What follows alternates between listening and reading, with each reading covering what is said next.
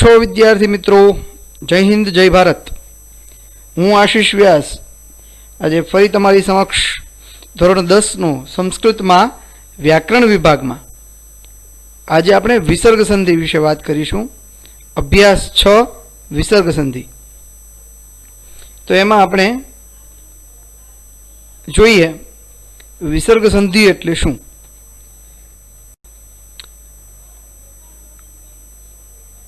तो विसर्ग ए व्यंजन के स्वरनी अंते रहेला बे बिंदुओ मात्र छे।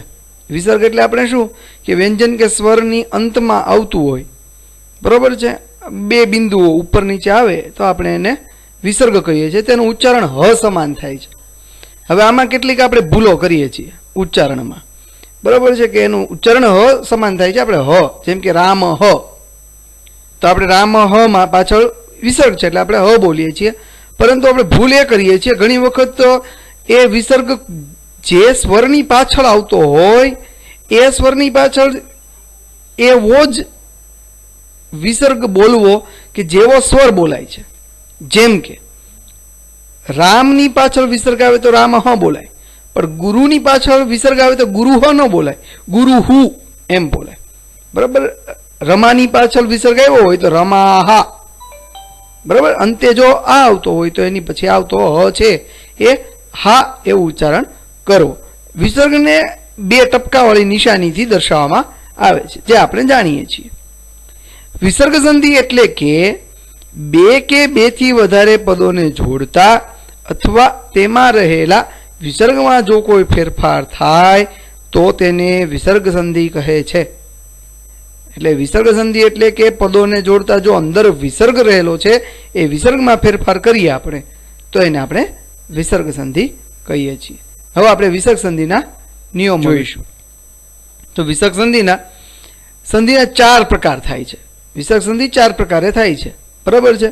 પહેલો પ્રકાર છે વિસર્ગનો સ, શ કે શ થવો। આ સ, શ કે શ આ ત્રણેય શ અલગ બોલાય છે, પણ આપણે એને ઘણી વખત સરખું ઉચ્ચારણ કરતા હોય। ઘણી વખત પાછળનો જે સ અને શ અને શ છે એ બંનેનું ઉચ્ચારણ પણ આપણે ક્યારેક સમાન કરતા હોઈએ છીએ, બરાબર છે। આને બોલવામાં પણ ઘણી વખત આની ભૂલ કરીએ છીએ। પહેલો સ કયો તો કે સસલાનો સ, આપણે આવું બોલીએ છીએ। પછીનો શ કયો તો કે મીંડાવાળો શ, શરણાઈનો શ। પછીનો શ કયો તો કે ફાડિયો શ, ષટકોણનો શ, આવું બોલતા હોઈએ છીએ। પણ એને આપણે જાણી રાખવું જોઈએ કે પહેલો સ છે એને દંત્ય સકાર કહેવાય છે। પછી આવતો શ છે એને આપણે તાલવ્ય શ કહીએ છીએ, અને પછી જે શ આવે છે એને આપણે મૂર્ધન્ય શ કહીએ છીએ, બરાબર છે। તો આ ત્રણેય શકારને આપણે જાણવા જોઈએ। ઉચ્ચારણ પણ એ પ્રમાણે જ થાય છે। ત્યાર પછી છે વિસર્ગનો ઓકાર થઈ જાય। બીજો પ્રકાર છે વિસર્ગનો ઓકાર થવો, અને ત્રીજો પ્રકાર છે વિસર્ગનો લોપ થઈ જાય। ત્રીજો પ્રકાર છે વિસર્ગનો લોપ થવો। લોપ એટલે કે વિસર્ગ જતો રહેવો, એને લોપ કહીશું આપણે।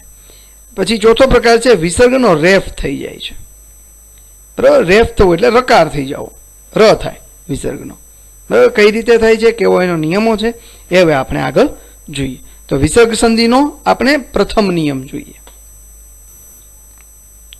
તો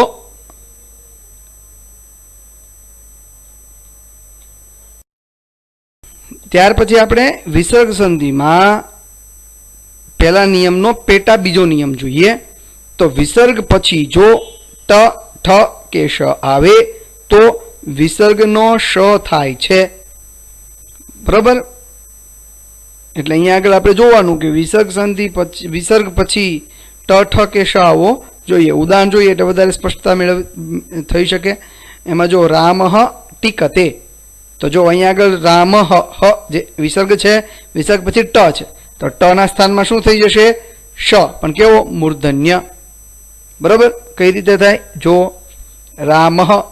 રામ શ ટીકતે ભેગું કરતા સંધિ શું થઈ જશે, રામષ્ટિકતે, બરાબર છે। ચાલો ત્યાર પછી આપણે આગળ જોઈએ। ત્યાર વિસર્ગ સંધિનો પહેલા નિયમનો પેટા ત્રીજો નિયમ, એમાં કીધું છે વિસર્ગ પછી જો ત, થ કે સ આવે તો વિસર્ગનો સ થાય, બરાબર. હવે આપણે જોઈએ એના ઉદાહરણ એટલે ખ્યાલ આવે. રામઃ વત્તા તિષ્ઠતિ. તો જો અહીંયા આગળ મ પછી વિસર્ગ, વિસર્ગ પછી શું આવે છે? તિષ્ઠતિ. તો શું કરીશું આપણે અહીંયા આગળ? રામઃ રામસ્તિષ્ઠતિ.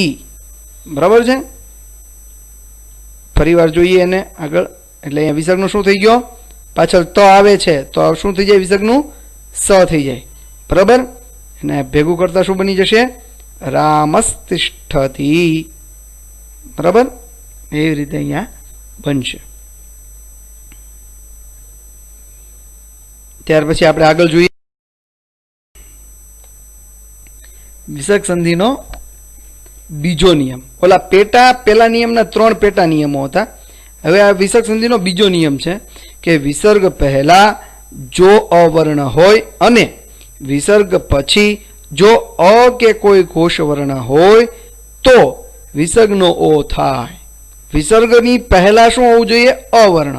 અને વિસર્ગની પછી અ અથવા તો કોઈ ઘોષ વર્ણ આવેલો હોય તો વિસર્ગનો ઓ થાય. હવે અહીંયા આગળ એક તમે નવો શબ્દ સાંભળ્યો, ઘોષ વર્ણ. તો ઘોષ વર્ણ શું છે એ આપણે જોઈએ.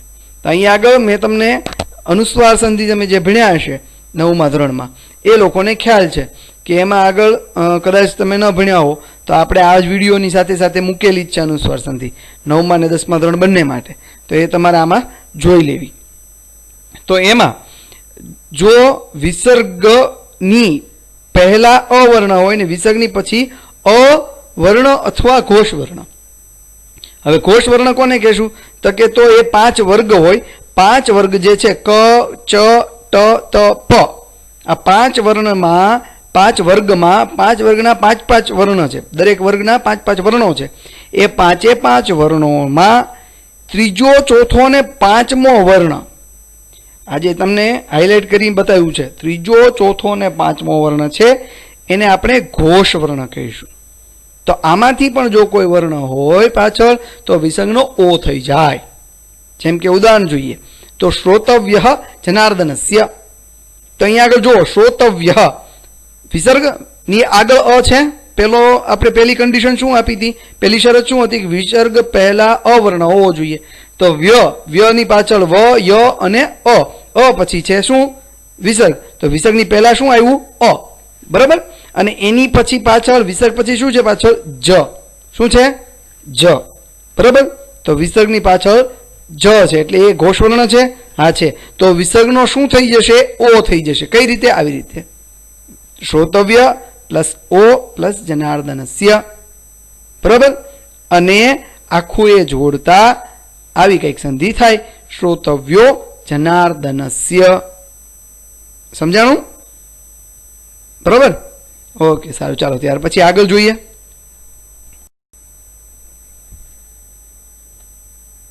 વિસર્ગ સંધિનો ત્રીજો નિયમ. ત્રીજા નિયમમાં પાછા 2 નિયમો છે પેટા. એટલે ત્રીજા નિયમનો પેટા પહેલો નિયમ. તો એમાં વિસર્ગ પહેલા જો આ વર્ણ હોય અને વિસર્ગની પાછળ સ્વર, ઘોષ વર્ણ અથવા અંતસ્થ વર્ણ આવેલો હોય તો વિસર્ગનો લોપ થાય છે.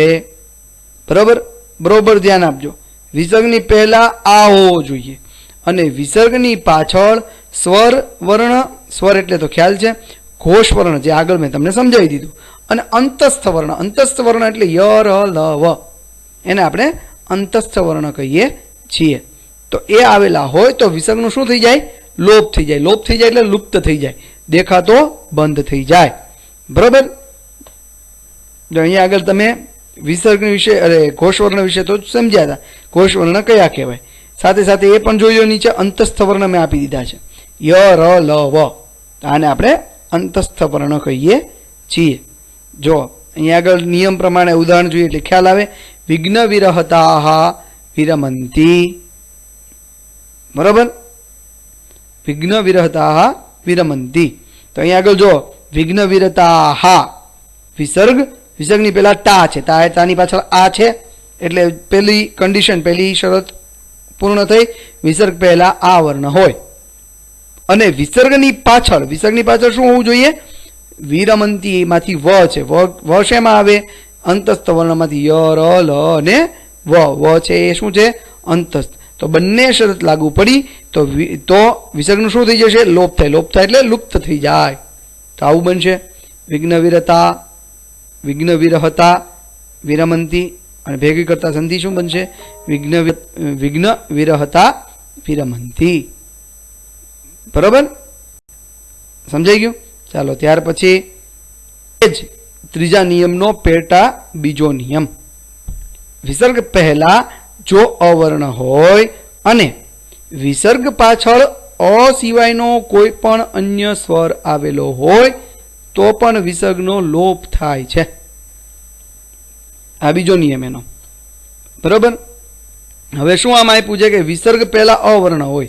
જો અહીં આગળ ઉદાહરણમાં ભવંતઃ એવ, જો ભવંતઃ તની પછી વિસર્ગ છે તો વિસર્ગની આગળ શું છે? તની એટલે તની પાછળ અ છે, અ પછી વિસર્ગ છે. બરાબર ને? તો વિસર્ગની પહેલા અ થયો અને વિસર્ગ પાછળ અ સિવાય કોઈ પણ અન્ય સ્વર આવેલો હોય. વિસર્ગની પાછળ અ ન હોવો જોઈએ, એ સિવાયનો કોઈ પણ અન્ય સ્વર આવેલો હોય તો વિસર્ગનું શું થઈ જશે? લોપ થઈ જાય. તો લોપ થાય કેવું બને? ભવંત એવ. બરોબર. તો એને જોડતા સંધિ બનશે ભવંત એવ. વિસર્ગ સંધિનો ચોથો નિયમ. બરાબર. પહેલા આપણે જોયું શ કે સ કઈ રીતે થાય, ત્યાર પછી જોયું આપણે ઓ કઈ રીતે થાય, ત્યાર પછી આપણે જોયું લોપ કઈ રીતે થાય અને હવે વિસર્ગનો ર કઈ રીતે થાય. તો કેવા કેવા નિયમ હોય એની માટે છે જો અહીંયા આગળ લખ્યું છે આપણે. વિસર્ગની પહેલા અ કે આ સ્વર સિવાયનો કોઈ પણ સ્વર આવ્યો હોય, આગળ અ કે આ સિવાયનો સ્વર હોવો જોઈએ. બરાબર. અને વિસર્ગ પછી ગમે તે કોઈ સ્વર અથવા ઘોષ વ્યંજન પૈકીનો કોઈ વર્ણ આવેલો હોય તો વિસર્ગના સ્થાનમાં રેફ થઈ જાય છે. બરાબર. અહીંયા આગળ તમને ઘોષ વર્ણ તો આપ્યા જ છે એટલે યાદ રહી જાય. બરાબર. ઘોષ વર્ણ તો ખ્યાલ જ છે. તો વિસર્ગની પહેલા અ કે આ સિવાયનો સ્વર અને વિસર્ગ પછી ગમે તે કોઈ પણ સ્વર અને ઘોષ વ્યંજન આ બેમાંથી કાંઈ પણ વસ્તુ આવી હોય તો વિસર્ગના સ્થાનમાં રેફ થઈ જાય. જેમ કે શત્રોહો અપી. જો વિસર્ગની આગળ ત્રો છે, ત્રો એટલે એની પાછળ ઓ છે, ઓ છે. વિસર્ગ પહેલા શું આવે છે? ઓ. એટલે અ કે આ સિવાયનો સ્વર થયો. ઓકે, ચાલો. વિસર્ગ પછી શું છે? અ છે. વિસર્ગ પછી શું છે? અ. તો એ પણ શું કોઈ પણ સ્વર થઈ ગયો તો વિસર્ગના સ્થાનમાં શું થશે? ર થશે. શું થશે? ર. શત્રો અપી, શત્રોરપી. શું થશે? શત્રોરપી. બરાબર. અહીંયા આગળ આ તમારો ચોથો પૂરો. ચાલો ત્યાર પછી એક ખાસ નોંધ, એક નિયમ બીજો અહીંયા આગળ મૂકવામાં આવ્યો છે. એ ઘણી વખત આપણે જોતા હોઈએ છીએ પણ એનું ઉચ્ચારણ આપણને નથી ખબર હોતી. તો આપણે એને થોડુંક વ્યવસ્થિત ડિટેલમાં જોઈ લઈએ. નિયમ નંબર 2 છે કે નિયમ નંબર 2 મુજબ જેમાં ઓ થતો હતો ને એ નિયમ, જ્યાં વિસર્ગનો ઓ થાય, નિયમ નંબર 2 મુજબ જો ઓ થતો હોય વિસર્ગનો, ત્યાં વિસર્ગના થયેલા ઓ પછી વિસર્ગનો ઓ થઈ ગયો હોય એ પછી જો અવર્ણ હોય તો તે ખસી જાય છે. પછી જો અવર્ણ આવતો હોય તો એ શું થાય? ખસી જાય. એટલે કે એ ત્યાંથી જતો રહે. પણ એના સ્થાનમાં અવગ્ર મૂકવામાં આવે છે. અવગ્ર ઘણી વખત આપણે જોયું છે. આમ ડ પ્રકારની આકૃતિ જો અહીં આગળ મૂકેલી છે, એ જે ડ પ્રકારની આપણે આકૃતિ જોઈએ છે એને આપણે અવગ્ર કહીએ છીએ અને એનું ઉચ્ચારણ થોડુંક ભાર દઈને થાય છે. બરાબર. આગળનો આવતો જે સ્વર છે એની ઉપર થોડોક અકારનો ભાર બોલાય છે. બરાબર. તો જોઈએ. જેમ કે રાક્ષસેભ્ય અપી. નિયમ એવો હતો વિસર્ગની પહેલા અ હોવો જોઈએ, વિસર્ગની પાછળ અ કે કોઈ ઘોષવર્ણ હોય તો વિસર્ગનો ઓ થાય. એ બીજો નિયમ હતો. એ પ્રમાણે અહીંયા આગળ વિસર્ગની પહેલા અ છે, વિસર્ગ પછી અ કે કોઈ ઘોષવર્ણ હતો, અહીંયા અ છે તો વિસર્ગનો શું થઈ જાય? ઓ થઈ જાય. તો રાક્ષસે ભ્યો વત્તા અપી આવું થાય. બરાબર. હવે એની પછી જો પાછો ઓકાર થઈ ગયો બીજા નિયમ પ્રમાણે, એની પાછળ અ આવતો હોય તો અના સ્થાનમાં શું થઈ જશે? અ ખસી જાય અને એના સ્થાનમાં અવગ્ર આવી જાય. તો અહીંયા આગળ રાક્ષસે ભ્યો પી, રાક્ષસે ભ્યો પી આવું બોલાય. હવે ઘણી વખત આમાં ભૂલ કરીએ છીએ આપણે શું કે રાક્ષસે ભ્યોડ પી ડ બોલે ઘણા. બરાબર. પણ પણ એ ડ નથી, એટલે અહીંયા આગળ રાક્ષસે ભ્યોપી એવું બોલવાનું, બરાબર. એટલે અહીંયા આગળ તમને એ વસ્તુ ખ્યાલ. તો વિદ્યાર્થી મિત્રો, આપણે અત્યારે જે 4 નિયમો જોયા એ 4 નિયમોને વ્યવસ્થિત એકવાર રિવિઝન કરી લેવાના. એ પ્રકારની સંધિઓ તમારે ક્યાંય આવતી હોય આખા એ પાઠ્ય પુસ્તકમાં તો એક વખત જોવી, બરાબર છે. અને ન સમજાય તો આમાં મેં મારો નંબર મૂકેલો જ છે, તમે મને એની ટાઈમ ફોન કરી અને મને આ વસ્તુની ક્લિયરન્સ હું તમને આપીશ, બરાબર છે. તો અહીંયા સુધી રાખીએ. સારું, ચાલો. જય હિન્દ, જય ભારત.